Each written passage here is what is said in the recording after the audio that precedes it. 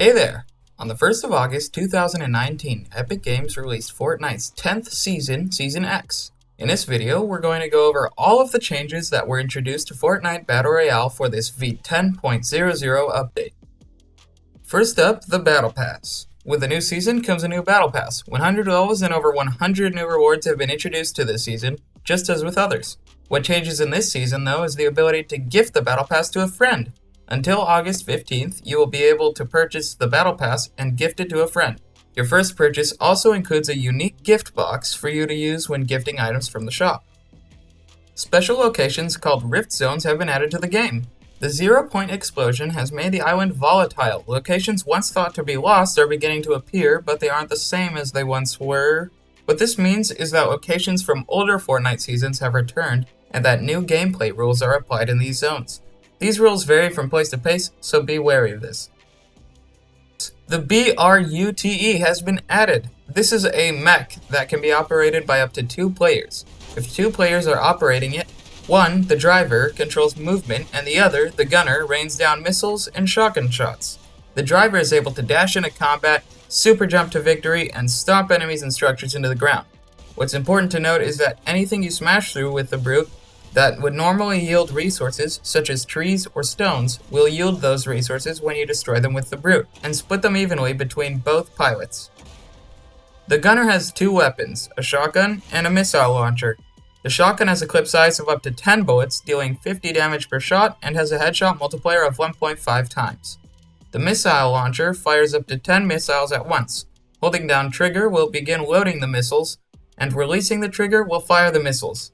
It's important to note that if 10 missiles are loaded, then they will automatically fire when done loading. These missiles will track players and home in on your target.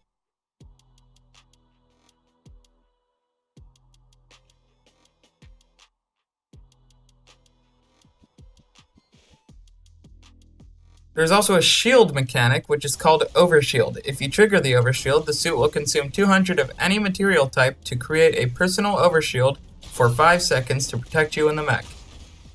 The mech suit has a total of 1000 health, and any player driving in the suit can hold the delete key to trigger a self-destruct function in the suit. Triggering the self-destruct function will kill anyone who is still in the suit when it explodes and deal massive damage in a small area around the mech.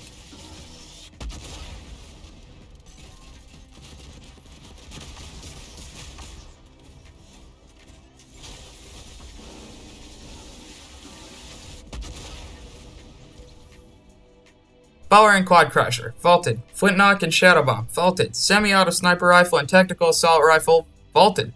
Mounted turret, airstrike, glider redeploy item, vaulted. Epic says that over time they've added many mobility options, both itemized and map-based, and that they feel that Season 10 is better experienced with a reduction in mobility. Bug fixes. Fix the heavy shotgun not piercing through water in modes where it is available. All campfires now heal vehicles. The Storm Scout sniper rifle no longer has perfect hipfire accuracy after aiming down sights. Boogie bombs and grenades no longer pass through vehicles. As for gameplay changes this season, for one, missions have been added. Missions are a series of thematic objectives that grant rewards. As you complete these objectives, you'll earn battle stars, experience, and exclusive cosmetic items. Battle Pass owners get access to a new weekly mission with rewards each week. More information about missions can be found in the Battle Pass and Challenge tabs. Limited time missions have been introduced, which are available to all players and replace daily challenges. Each limited time mission contains objectives that unlock over the course of a week. One objective unlocks each day, even if you don't log in, and the mission expires after 7 days. So make sure to finish all your objectives in that week's limited time mission before the 7th day ends.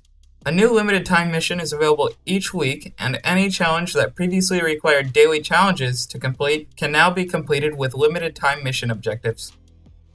They also fixed an issue involving players getting stuck under a ramp as it's placed. For event changes, you can check the patch notes page, which is the first link in the description. These include changes to the arena mode, namely new brackets and how the new point systems work. As for the performance update, they've improved level streaming performance for all platforms by optimizing the way assets are preloaded. This should reduce the amount of cases in which players land on buildings with a low level of detail, particularly on Switch and Xbox One. As for art and animation updates, the Ride the Pony emote is now a traversal emote. Additionally, players who earned the Ride the Pony emote from the Season 2 Battle Pass have been given a new additional traversal emote, the Pony Up, which I can't show because I don't have.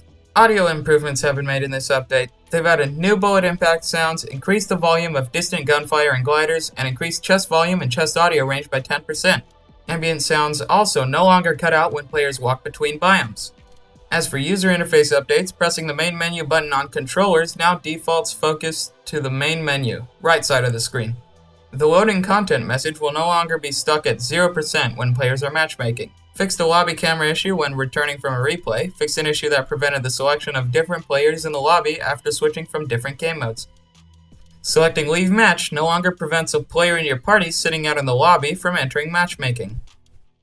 As for replay mode updates, a new camera mode, the battle map, has been added to server replays. This camera mode shows a path of where the followed player has been during the match and the locations of the eliminations the followed player has done during the match. As for mobile updates, they've returned autofire for every weapon with this update, which you can enable by going into your HUD settings and enabling autofire. Added a new setting, tap to search or interact for controllers. They've added a message for devices on Android that have the sensor pressure settings to inform players about the settings being active because due to this setting being active, players would unintentionally return to the home screen sometimes. They've also increased the size of buttons and icons for the fronted lobby tab, the crown for party leader display icon, and the map marker. As for mobile bug fixes, you can read them at the patch notes page, which will be the first link in the description below. And that's it for Season X's V10.00 Battle Royale patch notes. If this video was helpful in any way, leave a like and subscribe if you'd like to keep up to date with more Fortnite updates. See ya!